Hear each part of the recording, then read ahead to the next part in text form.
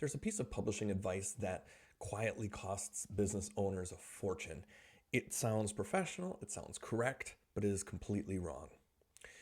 The advice is to think of your books as volume plays. You publish a book, you need more readers. More readers means more reach means more downloads. You sell 10,000 copies, you make the New York Times list, and then you watch the clients come rolling in. Here's what actually happens though. The right 100 readers will do more for your business than 10,000 strangers ever will. Let me walk you through the math, because the math is the only thing that proves this point, and I get this request a lot. I get lots of people who say, I want to make a bestseller list, or this publisher says that they can make this a bestseller. Why should I work with you? Let's think about this. Here's the punchline. Most professionals who pay to write a book, they end up chasing volume, because volume is the number that your friends ask about, your colleagues ask about. How many copies did you sell? That's the number that people grab onto.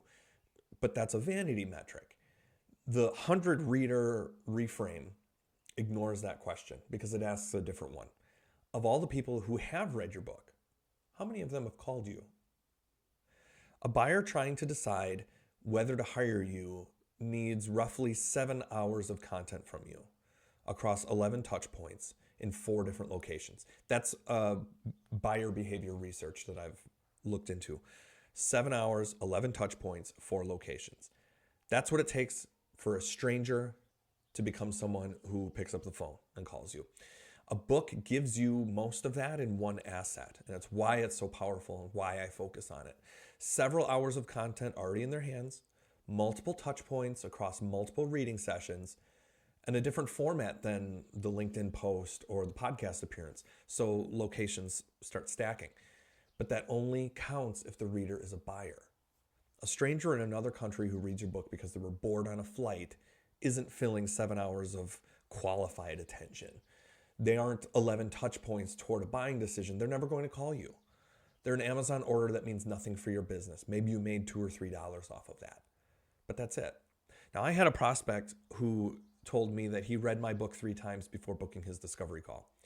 He showed up to the first conversation already moving forward. He was the 7 hours, the 11 touch points, the 4 locations. One person doing the work of the whole model. Here's a better question for your book.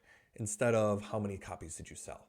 Who are the 100 specific people who, if they read your book, would change your business?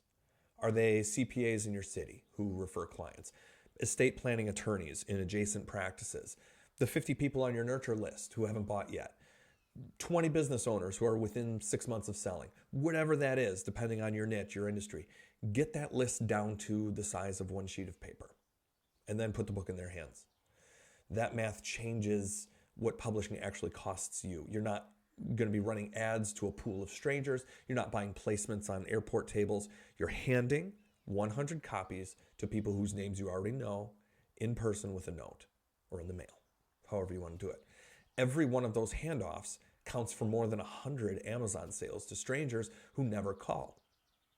The volume game is what other authors play, and that's fine, but other authors aren't your clients. Your clients are the 100. Find them, put the book in their hands, and watch what happens. If you want to talk through what your 100 looks like, send me a DM on LinkedIn or reply to the email that got you to this video with the word 100. Your 100 is probably not a stretch. Most professionals already know 30 or 40 of them by name. The rest is in their CRM. Let's talk about what it would look like to make this book a success without hitting a bestseller list. Thanks for watching.